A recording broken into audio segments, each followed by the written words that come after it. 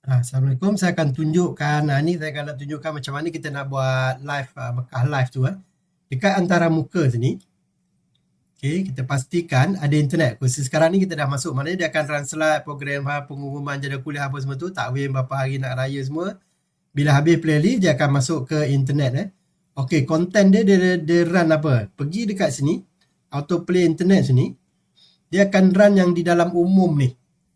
So yang subuh ni kita padam lah. So yang ni kita padam. Okay. Kita tak buat auto, kita buat yang sentiasa run. So sini dia akan run Mekah mute. Okay, kita akan buat dua lokasi lah. Dia akan run di Madinah mute. Okay. Dan kita akan run dia di Mekah lah mute. Yang mute ni maksud dia tak berbunyi . So dia akan run Madinah. Contoh kita akan play sini.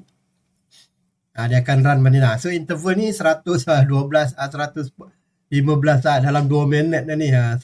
Dia akan run Madinah ni. Bila dah habis 115 saat, nanti dia akan run Mekah pula. Mekah pun dia tak berbunyi juga. So dia akan switch. Bila dah habis Madinah dengan Mekah, dia automatic run balik slide macam normal lah. Okay, ni kita simpan dan kita boleh test je nantilah. Kalau nak test, sini boleh juga. Kalau nak cepat, pergi dekat quick setting sini, kita ada testing mode. Okay, bila kita tekan testing mode ni, pada bahagian atas ni, kita nampak dia ada keluar tulisan macam ni kan. Dan kita boleh test terus. Pergi pada internet. Ni kalau kita nak test Madinah live mute tu, jalan tak jalan. Ni Madinah live . Okay, so kalau kita nak tengok Mekah live, jalan ataupun tak, double klik je dekat tulisan Mekah live ni, dia akan keluar macam ni. So sekarang interval yang kita gunakan ialah default punya interval tadi. Untuk Mekah dan Madinah dia akan run 115 saat lah. Okay.